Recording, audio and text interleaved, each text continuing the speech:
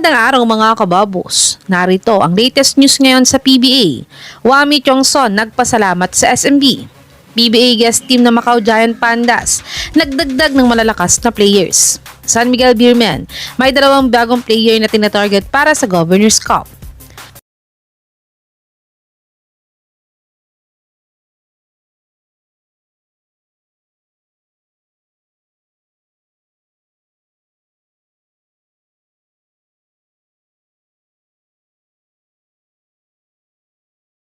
Na-trade nga pabalik si Wami Chongson sa Terra Firma Jeep ngayong PBA off-season.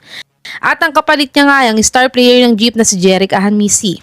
Pero si Wami din ang pinaka-star player ng Terra Firma Jeep dati bago siya matrade sa SMB dati. Kaya't ngayon nga veteran star na siyang babalik sa Jeep ngayong Governor's Cup. Kaya't ayon nga Chongson ay very grateful at very fortunate daw siya ma-experience ang maglaro para sa SMB kaya thankful at grateful daw siya dito. Matatanda ang nabigyan nga ng SMB si Wami Chongson ng 2 championship sa PBA career niya.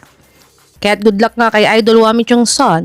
Sana nga ay makabalik nga ang dati niyang laro para matulungan niya ang Jeep manalo ng games ngayong upcoming Governor's Cup. Dumako naman tayo sa balitang nagpalakas daw ang PBA guest team ng Macau Giant Pandas para sa Governor's Cup. Ang Macau Black Bears nga ang guest team ng PBA sa Commissioner's Cup. Yun nga lang ay madaming fans nga ang nadismaya sa team na to. Dahil sila nga ay ang top 4 sa pinakakulelat na team last conference. Dahil ang mga last na nag-guest team sa PBA na Hong Kong Eastern at Bay Area Dragons ay umabot agad sa PBA playoffs sa una nilang stint sa PBA. Kaya dahil dito nga ay nagpalit na ng moniker ang Macau at ginawa na nila itong Macau Giant Pandas at pati ang logo nila. Pero ang isa pa nilang ginawa ay nagpalit nga sila ng import at ito ay si Devondre Perry. Si Perry ay 6'6" ang height at 27 years old pa lamang. Samantalang dinagdag din nila sa lineup nila ang former player ng Bay Area Dragons si Kobe Lam. Si Lam nga ay 6'3" ang height at 26 years old at isa siyang spark of the bench scoring guard na player.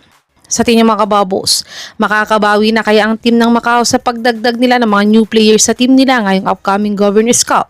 I-comment nyo na po yan sa baba. Dumako naman tayo sa balitang may 2 players daw na tinatarget ang SMB ngayong Governor's Cup. Ang SMB nga ay isa sa pinaka-powerhouse team sa PBA. At lalo pa silang lumakas na makuha nila ngayong off-season si Jeric Ahanmisi at George King bilang import nila sa Governor's Cup. Pero ayon naman sa source ito ay hindi daw si Cedric Bearfield ang tinatarget ng SMB sa Blackwater dahil ang balak daw ng SMB ay offer si Jeron Teng, Chris Rosales at 52nd first round pick nila kapalit ni Dao Panopio at Christian David. Sa tingin mga kababos, papayag kayang Blackwater sa trade offer na to ng SMB? I-comment nyo na po yan sa baba.